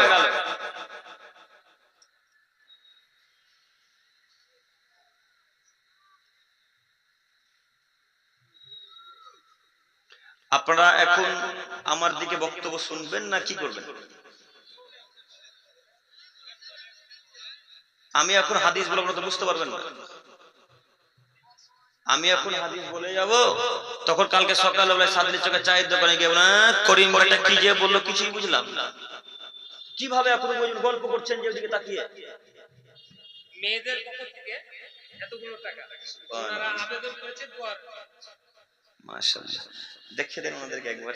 এই দেখেন কাছাকাছি ব্যাগ ভর্তি মেয়েদের পক্ষ থেকে দান এসেছে। আল্লাহু আকবার, আল্লাহুম্মা সাল্লি আলাইহা।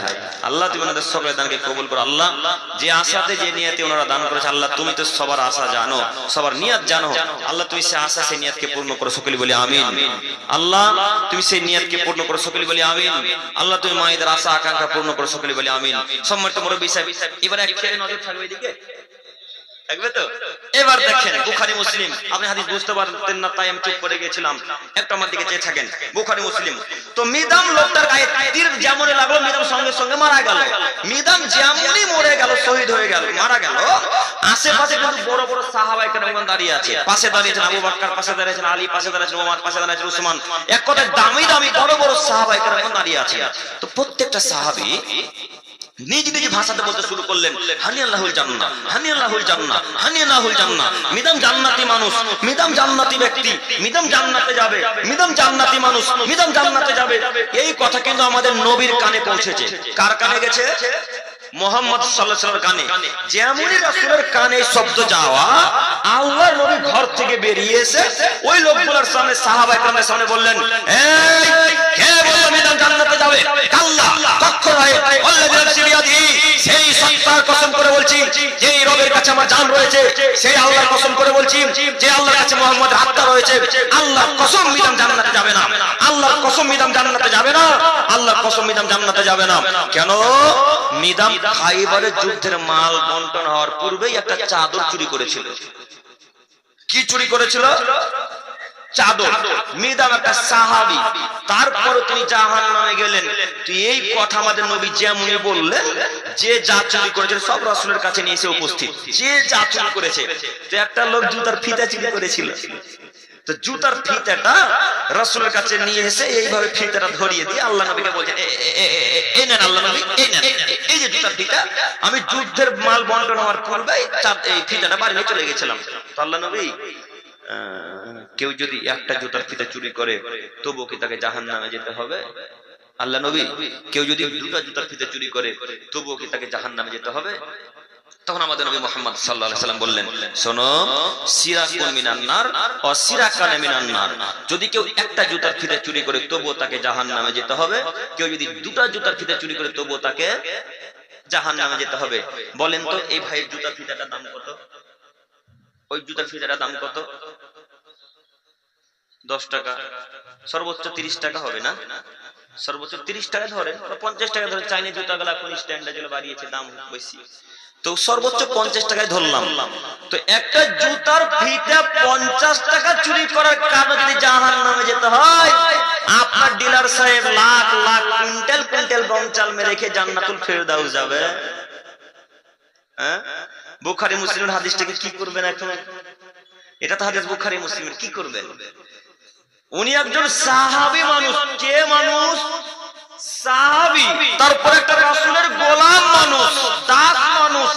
এরপরেও তিনি জাহান্নামে গেলেন। চাদরটা তাকে জাহান্নামের আগুনে ধরে খেপে গেছে, একে পুড়িয়ে ছারখার করে দেবে। এখন একথা মুহাম্মদ সাল্লাল্লাহু আলাইহি ওয়াসাল্লাম বলছেন, ও ডিলার সাহেব, যতটুকু চালের আদেশ এসেছে যে মমতা খালার কাছ থেকে ততটুকু চাল দিতে হবে, যতটুকু আদেশ এসেছে ডালের ততটুকু ডাল দেওয়া লাগবে, এতটুকু কম, এক কিছু কম দেওয়া যাবে না। যদি কম দেন তাহলে হাদিস অনুযায়ী জাহান্নামে যেতে হবে। কথায় মাথায় রাখবেন।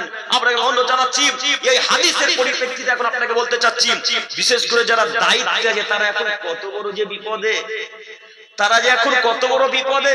এমএলএ বলেন, এমপি বলেন, মেম্বার বলেন, চেয়ারম্যান বলেন, মেম্বার বলেন, আর ইত্যাদি ইত্যাদি যত বড় বড় উঁচু পদ বলেন না কেন, যে যত উঁচু পদ আছে সে তত বড় চোর। যে যত উঁচু পদ আছে সে তত বড় ডাকাত, সে তত বড় চোর। বক্তব্য বাস্তব মিলিয়ে দেখেন। ওই যে আপনাদের এই এলাকাতে ঢালাই রাস্তা বা পিচের রাস্তা হওয়ার কথা আজ থেকে 2-3 বছর আগে, এখন পর্যন্ত কাজ কমপ্লিট হয়নি। ওই লোকটা, যে লোকটা টেন্ডার নিয়েছে, লোকটা কাজে টাকা পায়নি, পেয়েছে তো? ঢালা রাস্তা কাজ হয়, টাকা পায়নি, এসেছে তো? তো এই লোকটা যে সব টাকা তার পকেটে রাখলো, এখন এর অবস্থা কি হবে বলেন? দায়িত্ব কত কঠিন আপনাকে আমি কি দিয়ে বুঝাবো? এখানে আমার দায়িত্ব সম্পর্কে কথা শুনি। দায়িত্ব কত করে আপনাকে আমি কি দিয়ে বুঝাই। সম্মানিত মুরব্বী সাহেব, আপনাকে আমি অনুরোধ জানাচ্ছি নীতি পরিবর্তন করেন। বলছিলাম মায়েরা যদি সবজি ক্রয় বিক্রয় করে, সবজি যদি কিনতে যাই তো কিভাবে এখন যাবে? সুন্দর একটা পোশাক আশাক করবে, চাদর গায়ে দিবে, প্রয়োজনে ঢিলা ঢালা পোশাক পরে চাদর গায়ে দিয়ে দূর থেকে বলবে, দূর থেকে, বাড়িতে পুরুষ মানুষ নেই, এটা বিকল্প রাস্তা। আর যদি পুরুষ মানুষ থাকে তো মায়েরা বাড়ি থেকে বেরই হবে না, মনে থাকবেন ইনশাল্লাহ। যখন পুরুষ মানুষ থাকবে না, এটা বিকল্প রাস্তা বলছি আপনাকে। মায়েরা যাবে দূর থেকে, ওইখানে থাকবে সবজিওয়ালা, সবজিওয়ালাকে বলবে ভাইয়া 500 পটল দেন, 1 কিলো আলু দেন, 500 ভেন্ডি দেন। দূর থেকে বলে প্রত্যেকটা আলু পটল নেড়ে চড়ে ভেঙে দেখে নিবেন ইনশাআল্লাহ। সম্মানিত মা বোন, আপনাকে আমি অনুরোধ জানাচ্ছি, এটা আপনার ইমানি দায়িত্ব। আপনি এইভাবে পরপুরুষের সাথে মেলামেশা করতে পারেন না, এইভাবে চলাচল করতে পারেন না। অতএব আমি আপনাকে অনুরোধ জানাচ্ছি নীতি পরিবর্তন করেন। সম্মানিত পুরুষ, সম্মানিত তিনি ভাই, সম্মানিত মা বোন, আমি আপনাকে অনুরোধ জানাচ্ছি মুহাম্মদ সাল্লাল্লাহু আলাইহি ওয়াসাল্লামের নীতি গ্রহণ করেন, সাহাবায়ে কেরামের নীতি গ্রহণ করেন। মহিলা সাহাবায়ে কেরাম, মহিলা সাহাবীরা যেভাবে চলাচল করেছেন ঠিক ওইভাবে চলাচল করেন। আমি আপনাকে দেখাতে যাচ্ছি কোরআন। আবারও দেখেন মহান আল্লাহ তাআলা তারপরের অংশে বললেন, ইন্না ফি যালিকা লাআয়াতিন লিকাউমিন ইয়াতাফাক্কারুন। অবশ্যই অবশ্যই এই উপদেশ গ্রহণ করবে তারাই যারা শিক্ষিত মানুষ। অবশ্যই অবশ্যই যারা জ্ঞানী গুণী মানুষ তারাই উপদেশ গ্রহণ করে নাই। আর একটি আয়াত পেশ করে আপনাকে দেখাই। মহান আল্লাহ তাআলা বলেন, ইন্নামা ইয়াতাযাক্কারু উলুল আলবাব। পৃথিবীর মানুষ তোমরা মনে রেখো, যারা জ্ঞানী গুণী মানুষ, যারা শিক্ষিত মানুষ তারাই উপদেশ গ্রহণ করে। যারা জ্ঞানী গুণী মানুষ, যারা শিক্ষিত মানুষ তারাই উপদেশ গ্রহণ করে। এবার আপনাকে বলি, আমি কাছাকাছি 1.5 ঘন্টা হতে আসছে, এতক্ষণ যাবত যত কথা বললাম একটা বাক্য উপদেশের বাইরে গেছে? যাইনি। তার মানে যত কথা বললাম সবগুলো উপদেশমূলক কথা। আল্লাহ তাআলা বলছেন উপদেশ গ্রহণ করে কে? যারা শিক্ষিত তারা।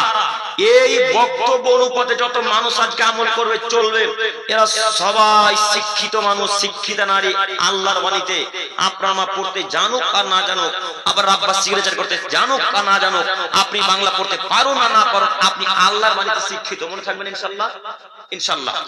আর যদি আপনার মা বিনা পর্দায় বিনা বোরখায় চলাচল করে, আপনার মা যদি এমএ পাস ছাত্রী হয়, আপনাদের সাদিলিচক প্রাইমারি স্কুলের হেড শিক্ষিকা যদি হয়, আর আপনার মা যদি বিনা বোরখায় রাস্তায় চলে স্কুলে যায়, তা আপনার মা অশিক্ষিত নারী, আপনার মা অশিক্ষিত নারী, আপনার মা বেহায়া নারী, আপনার মা অশিক্ষিত নারী। এই কথাই চূড়ান্ত, এই কথা আল্লাহ বলছেন। অতএব যারা শিক্ষিত না, শিক্ষিত নারী, শিক্ষিত যারা মানুষ তারাই উপদেশ গ্রহণ করে।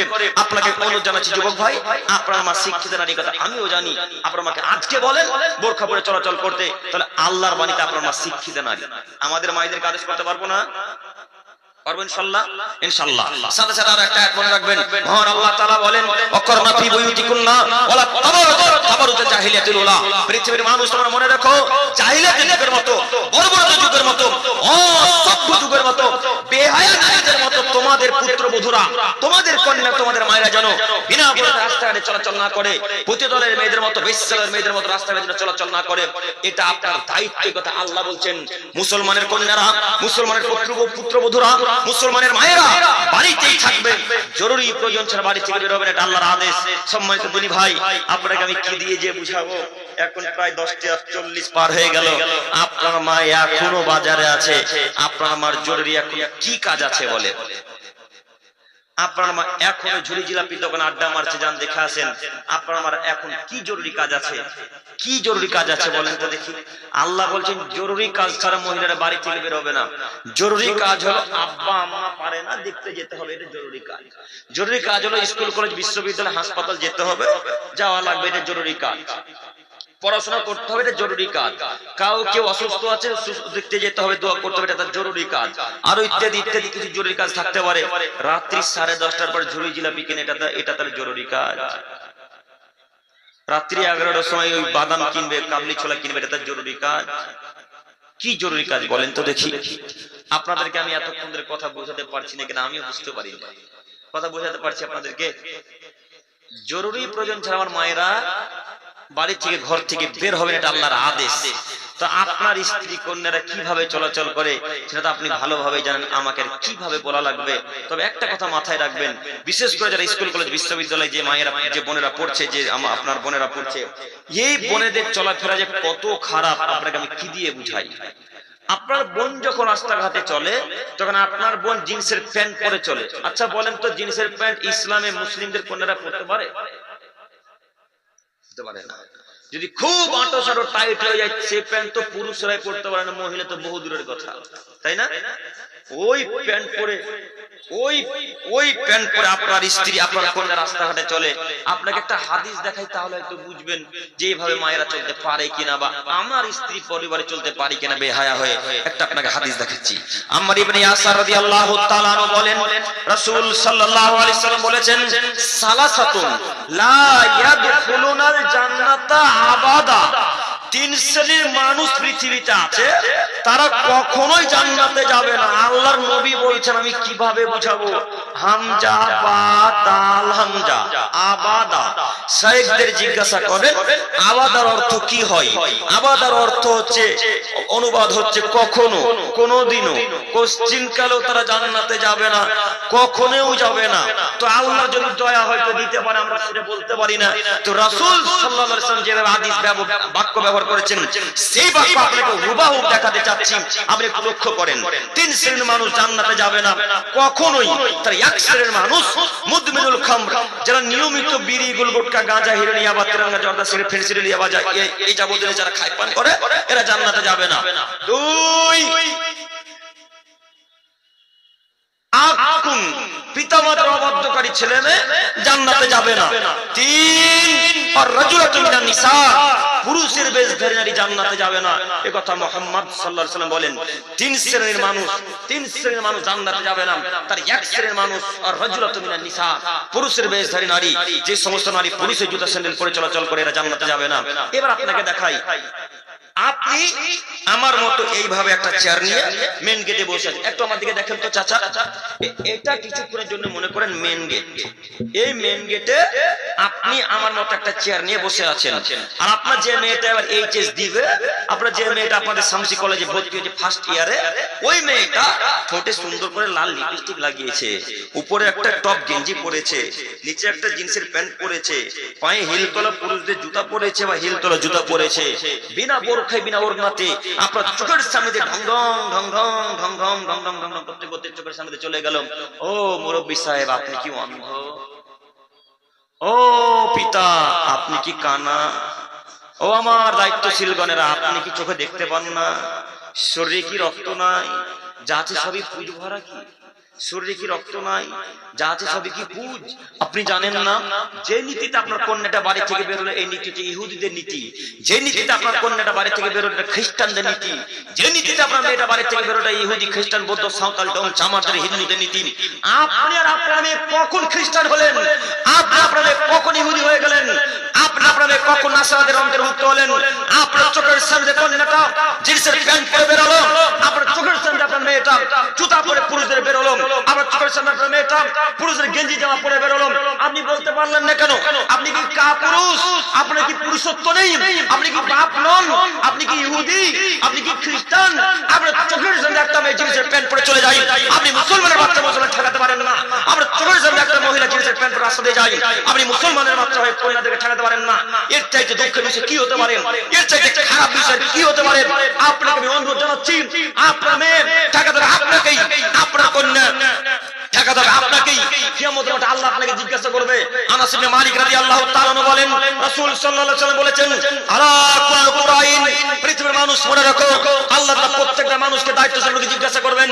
মনে রাখো, প্রত্যেকটা দায়িত্বশীল তোমরা মনে রাখো, কুল্লুকুম মাসউলুন আন রায়াতিহি, দায়িত্ব সম্পর্কে কিয়ামতের মাঠে আল্লাহ জিজ্ঞাসা করবেন। ও মুরব্বি সাহেব, বাপকে জিজ্ঞাসা করবে মেয়ে সম্পর্কে, বাপকে জিজ্ঞাসা করবে ছেলে সম্পর্কে, স্বামীকে জিজ্ঞাসা করবে স্ত্রীকে, জিজ্ঞাসা করবে স্বামী সম্পর্কে, মেয়েকে জিজ্ঞাসা করবে মাকে মা সম্পর্কে, মেয়েকে জিজ্ঞাসা করবে মাকে, মেয়ে বাপকে জিজ্ঞাসা করবে মেয়ে সম্পর্কে, ছেলেকে জিজ্ঞাসা করে তার বোন সম্পর্কে, ভাইকে জিজ্ঞাসা করে তার ভাই সম্পর্কে। সেদিন যদি আল্লাহ তাআলা বলে, ও মুরব্বি সাহেব, আপনার চোখের সামনে একটা কন্যা জিন্সের প্যান্ট পরে চলে গেল, আপনি কিছু করতে পারেননি, কিছু বলতে পারেননি কেন? সেদিন আপনি বলবেন আল্লাহ আমি জানতাম না, এ কথাই বলবেন, কিন্তু আল্লাহ আপনার কথা মান্যতা দিবে না, মুখটাকে সেলাই মেরে দিবে, মোহর মেরে দিবে। অতএব নীতি পরিবর্তন করেন।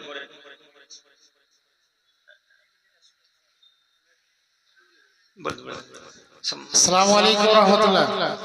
ডেলিকেট 100 টাকা করা হয়েছে, যারা খেতে চান ডেলিকেট নিয়ে খেতে পারেন।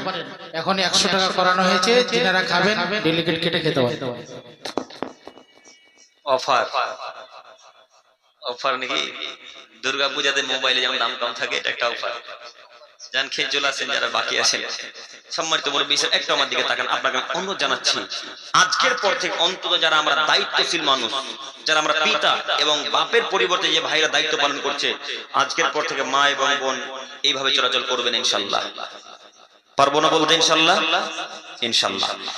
এখান পর্যন্ত পর্দার কথাকে বন্ধ রেখে, স্টপ রেখে দুই একটি কথা আমি বলতে চাচ্ছি, একটু আমার দিকে চেয়ে থাকেন। আচ্ছা, আপনারা সকলেই এক বাক্যে উত্তরে বলেন ইমাম মানে কি? ইমাম ইমাম ইমাম ইমাম মানে নেতা মানুষ। ইমাম মানে নেতা মানুষ। তার মানে ইমামকে, নেতাকে কখনো কাজের আদেশ আপনি করতে পারবেন না। ওই নেতা আপনাকে আদেশ যা করবে তাই আপনি মান্যতা দিবেন, আপনি তাই পালন করবেন, তাই তো? এটাই তো সাধারণত হওয়া উচিত। তো আপনি আপনাদের গ্রামের ইমাম সাহেবকে কিভাবে বদনাটাকে উঠিয়ে দাঁড় করতে বললেন, খাড়া করতে বললেন? আপনি আপনাদের ইমাম সাহেবকে কিভাবে বাথরুমটা পরিষ্কার করতে বললেন, কি হিসাবে বললেন? আচ্ছা, ওই ইমাম সাহেব একটা নেতা, এমএলএও একটা নেতা, তাই তো? তো এমএলএ কে একদিন বলেন তো যে বাথরুম পরিষ্কার করে দিয়ে পিঠের চামড়া তুলে দেবে, একেবারে পিঠের চামড়া তুলে দেবে। কেন? ওর ক্ষমতা আছে তাই বললেন না? না। আর ইমাম সাহেবের কোনো দাপট নেই তাই বলছেন? কি হিসাবে ইমাম সাহেবকে এইভাবে কথা বললেন? ইমাম মানে নেতা মানুষ, ও যা আদেশ করবে তাই আদেশ মানতে সাদলী চোখের মানুষ মানতে বাধ্য। ও যা বলবে তাই সাদলী চোখের মানুষ মানতে বাধ্য। যদি তার কথা হাদিস কোরআন মোতাবেক হয়, যদি তার কথা হাদিস কোরআন মোতাবেক না হয়, তখন তার কথা মান্যতা দেওয়া যাবে না। আপনি কি যে বাথরুম পরিষ্কার করতে বললেন? ইমাম সাহেব কখনো বাথরুম পরিষ্কার করবে না, ইমাম সাহেব বদনা খাড়া করে রাখবে না, ইমাম সাহেব মসজিদ ঝাড়ু দিবে না। মসজিদ ঝাড়ু দেওয়ার দায়িত্ব সরকারের, বাথরুম পরিষ্কার করার দায়িত্ব ক্যাশিয়ারের, মসজিদ ঝাড়ু দেওয়ার দায়িত্ব সভাপতির। যারা ক্যাশিয়ার, সভাপতি, সরদার, এমএলএ, এমপি সব মসজিদ বাথরুম পরিষ্কার করবে। ইমাম সাহেব মসজিদের দায়িত্ব এইভাবে পালন করবে না, এই কথাই চূড়ান্ত। ইমামের কাজ যদি একটাই, শুধু 5 ওয়াক্ত সালাত আদায় করাবে। যদি ইচ্ছা হয় তো ঝাড়ু দিবে, যদি না ইচ্ছা হয় তো ঝাড়ু দিবে না। কোনো মায়ের বেটা সরদার কেসে তাকে আদেশ করতে পারে না। আপনি সরদার মানুষ, কেন তাকে আদেশ করলেন? আপনাকে বাথরুম পরিষ্কার করা লাগবে, ইমাম সাহেবকে নয়। আপনি বাথরুম পরিষ্কার করবেন। ও আব্দুল করিম ভাই, আমি গ্রামের সরদার, কিভাবে বাথরুম পরিষ্কার করি? ও, তার মানে আপনি তাহলে ইব্রাহিমের চাইতে বেশি দামি নবী? আপনি ইব্রাহিম আলাইহিস সালামের চাইতে বেশি দামি মানুষ? হ্যাঁ, আপনি ইব্রাহিম আলাইহিস সালামের বেটা ইসমাইলের চেয়েও বেশি দামি মানুষ। ইব্রাহিম আর ইসমাইল আলাইহিস সালামকে আল্লাহ বলে, মক্কাতে যখন মানুষ কপ থুতু ফেলবে, নোংরা ফেলবে, তোমরা বাপ বাটা পরিষ্কার করবে। কার আদেশ? আল্লাহর আদেশ। সরদার সাহেব তাহলে ইব্রাহিম আলাইহিস সালামের চাইতে দামি মানুষ নাকি? সরদার সাহেব ইমামকে আদেশ করে মানে ইমাম সাহেবের একটাই কাজ, শুধু 5 ওয়াক্ত সালাত আদায় করা। ও আজানও দিবে না। যদি আজান দেওয়ার সময় সুযোগ পায় তো দিবেন, নাহলে আজানও দিবেন, এটাই তার কাজ। কথা বুঝেননি মনে হয়? ইমাম সাহেব যখন লাগান তখন কি বলিয়ে লাগিয়েছিলেন যে শুধু সালাত আদায় করা, তাছাড়া কোনো কাজ নাই। তো ইমাম সাহেবকে পেয়েছেন সহজ সরল সাদা সিধা, সব কাজ করিয়ে নিচ্ছেন, বাথরুম পর্যন্ত পরিষ্কার করিয়ে নিচ্ছেন। এই তো আমাদের গ্রামের অবস্থা। তো এদেরকে ইহুদি খ্রিস্টানেরা কুচু কাটা করে কাটবে না, তো হিন্দুরা কে কাটবে? যে জাতি ইমামকে সম্মান করতে জানে না, যে জাতি মুসলমানদের বাচ্চাকে সম্মান করতে পারে না, যে জাতি ইমামদেরকে, আলেমদেরকে সম্মান করতে পারে, ওই জাতিকে ইহুদিরা কাটবে না। কাকে কাটবে? যে লোকটা না হলে আপনার বাপের জানাজা হয় না, যে লোকটা না হলে আপনার মেয়ের বিবাহ হয় না, যে লোকটা না হলে আপনার ওই মেয়ের আকিকা দিবেন তো আকিকা হয় না, আরো ইত্যাদি ইত্যাদি কত যে কাজ আছে আল্লাহ আলাম, আল্লাহ জানেন, আপনারাই জানেন। এতগুলা কাজ তাকে নিয়ে করিয়ে নেন, আর আপনি তাকে বাথরুম পরিষ্কার করতে বলেন, আপনি তাকে অপমান করেন, আপনি তার কথাকে অমান্য করে চলেন। আপনি কি হিসেবে তাকে অপমান করলেন?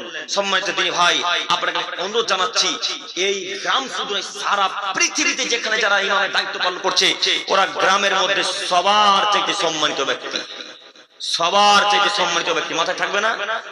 সবার চাইতে গ্রামের সম্মানিত কে? ইমাম সাহেব। আমরা আজকের পর থেকে ইমামদেরকে সম্মান করবো ইনশাআল্লাহ, আলেমদেরকে ভালোবাসবো ইনশাআল্লাহ, আপনি আলেমদেরকে অপমান কখনো করবেন না। যদি আলেমদেরকে অপমান করতে যান নিজেই কিন্তু অপমান হয়ে যাবেন, এটা এই কথা মাথায় রাখিয়েন। অতএব আপনাকে অনুরোধ জানাচ্ছি নীতি পরিবর্তন করেন। আমি আপনার দিনী ভাই, আমি আপনার ছোট ভাই হিসেবে আপনাকে আমি অনুরোধ করতে চাচ্ছি নীতি পরিবর্তন করেন। চাচা, আপনার বিরুদ্ধে অনেক কথা গেল, হয়তো আপনি আমাকে খারাপ নেবেন। আপনি একটা কথা বিশ্বাস রাখেন, মুহাম্মদ সাল্লাল্লাহু আলাইহি ওয়াসাল্লামের বাণী তিনি বলছেন, মান কাযাবা আলাইয়া মুতাম্মিদান ফালিয়াতাবাওয়া মাকাদাহু মিনান নার। পৃথিবীর মানুষ, তোমরা যারা আলোচক, বক্তা সাহেব, আলেমগণ, যে যেখানে দায়িত্ব পালন করছো করো না কেন, তোমাদেরকে হয়তো তোমরা শোনো, আমার ব্যাপারে তোমরা লক্ষ কোটি কথা বলো, ঠিক আছে, তবে আমার ব্যাপারে যদি একটা কথা বাড়াবাড়ি বলো তাহলে তোমাদের থাকার জায়গা জাহান্নাম। চাচা, আপনি খারাপ নিয়েন না, আপনাকে আমি একটা বাক্য নিজের পক্ষ থেকে বলিনি, আপনি কথা মাথায় রাখবেন। অনেকটা পথ অতিক্রম করে আপনার এলাকাতে এসেছি, আমি জাহান্নাম কিনতে আসিনি, জান্নাত কিনতে এসেছি সাদলি চক হরিশ্চন্দ্রপুরে। অতএব আপনি মনে করিয়েন না আপনার সাথে আমার কোনো শত্রুতা আছে, আপনি মনে করিয়েন না আপনার সাথে কোনোদিন জমি জায়গায় ঝামেলা হয়েছে, আপনি মনে করিয়েন না আপনি আমাকে গালি দিয়েছেন তার বদলা নিচ্ছি, এরকম কোনোদিন ঘটেছে আপনাদের সাথে? কোনোদিন সাদলি চকের মানুষের সাথে সাক্ষাৎ হয়নি, হয়েছে? কোনোদিন জমি জায়গা নিয়ে ঝামেলা, কোনোদিন টাকা পয়সা নিয়ে ঝামেলা, কিছু নেই, আপনার সাথে ঝামেলা নেই। অতএব আপনি মনে করিয়েন না যে আপনার সাথে শত্রুতা আছে তাই আপনার বিরুদ্ধে কথা বলেছি, এটা মনে করিয়েন না। আমি একটাই কথা সবসময় মাথাতে রাখি, যে যেমন কর্ম করবে সে ঠিক বুঝে যাবে, তাই না? আমার কথাগুলা যারা কাজকর্ম করে তার সাথে মিলবে, যারা করে তারা ঠিকই শান্ত থাকবে, তাই তো? এই জন্য আপনাকে বলছি চাচা, আমি আপনার ছেলের বয়স, আমি আপনার হাঁটুর বয়সের ছেলে, আপনি আমার কথা খারাপ নিয়েন না। আপনি আমার কথা বিশ্বাস করতে হবে, আপনাকে আমার কথা মানতে হবে না, আমার কথা বিশ্বাস করতে হবে না। এখানে বিজ্ঞ বিজ্ঞ ওলামায়ে কেরামগণ আপনাদের মাদ্রাসা শিক্ষকতা করছে, আমি চলে যাওয়ার পর এই যে ভিডিও রেকর্ড হচ্ছে, রেকর্ডিং গুলো আবার দ্বিতীয়বার, তৃতীয়বার, চতুর্থবার, পঞ্চমবার শুনেন, দিয়ে আপনি দেখেন আব্দুল করিম ভাই কথা ভুল বলেছে কিনা। যদি ভুল বলে আব্দুল করিমকে ফোনে বলেন, সঙ্গে সঙ্গে আব্দুল করিম আপনার কাছে ভুল স্বীকার করবে, আর যদি ভুল না হয় তাহলে কথা মান্যতা দিতে হবে ইনশাআল্লাহ। পারবো ইনশাআল্লাহ, ইনশাআল্লাহ। অতএব আমি আমার প্রিয় দিনী ভাই ও বোনদেরকে অনুরোধ করছি, আসুন আমরা নীতি পরিবর্তন করি, আমরা মুহাম্মদ সাল্লাল্লাহু আলাইহি ওয়াসাল্লামের দেওয়া পদ্ধতিতে চলাচল করি, আমরা আল্লাহ এবং তার রাসূলের দেওয়া পদ্ধতিতে চলি। শেষ পর্যায়ে আর একটি মাত্র কথা, দায়িত্বের কথা বলতে গিয়ে আমি এই পর্যায়ে চলে এসেছিলাম। দায়িত্ব ছোট্ট একটি সহিহ মুসলিম, বুখারী মুসলিমের হাদিস বলে আমি চলে যাই। আপনারা দেখেন আমাদের শেখ চলে এসেছেন, একটু আপনারা আমার দিকে তাকান। রাসূল সাল্লাল্লাহু আলাইহি সাল্লাম বলেন, যদি কোনো মানুষ কোনো মুসলমানের দায়িত্ব গ্রহণ করে, কার দায়িত্ব? মুসলিমদের কেউ যদি দায়িত্ব গ্রহণ করে, আর দায়িত্ব নেওয়ার পর যদি সঠিকভাবে দায়িত্ব পালন করতে না পারে, তাহলে ওই লোকটা জান্নাতের গন্ধ পর্যন্ত পাবে না, জান্নাতের গন্ধ পাবে না, বুখারী মুসলিমের হাদিস। অথচ যে জান্নাতের গন্ধ 1 মাসের দূরত্বের পথ হতে পাওয়া যায়, 1 মাসের পথ দূরত্ব যেখানে থাকবে জান্নাত, ওইখানে থাকবে। যদি জান্নাত থাকে, আপনি সাদলি চক থেকে জান্নাতের গন্ধ পাবেন। তবে দুঃখের বিষয় হলো, যারা দায়িত্ব সঠিকভাবে পালন করে না, মসজিদ মাদ্রাসার সভাপতি, ক্যাশিয়ার বলেন, এমএলএ এমপি মেম্বার চেয়ারম্যান বলেন, আর ইমাম সাহেব বলেন, যেখানে যারা দায়িত্ব পালন করছে, যদি সঠিকভাবে দায়িত্ব পালন না হয়, তাহলে এরা জান্নাতের গন্ধ পাবে না। বুখারী মুসলিম মিসকাত।